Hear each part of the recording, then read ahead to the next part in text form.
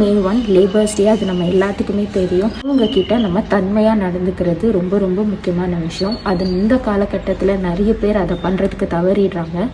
அதுக்கு எக்ஸாம்பிள் சொல்லணுன்னா ஏகப்பட்ட விஷயம் இருக்குது. நம்ம தினமும் சாப்பிட போகிறதுக்கு முன்னாடி ஒருத்தர் கதவு திறப்பார், அவருக்கு ஒரு சின்ன தேங்க்யூ சொல்கிறதுக்கு நம்ம மறந்துடுவோம். நம்ம ஃபுட்டு எவ்வளோ கேட்குறோமோ அவ்வளோ சர்வ் பண்ணுவாங்க, அவங்களுக்கு ஒரு தேங்க்யூ சொல்கிறதுக்கு மறந்துடுவோம்.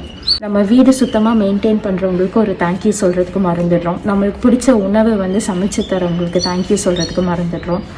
சொந்த பிஸ்னஸ் பண்ணுறோன்னா நம்ம கூட வேலை செய்கிறவங்களுக்கு ஒரு தேங்க்யூ சொல்கிறதுக்கு மறந்துடுறோம்.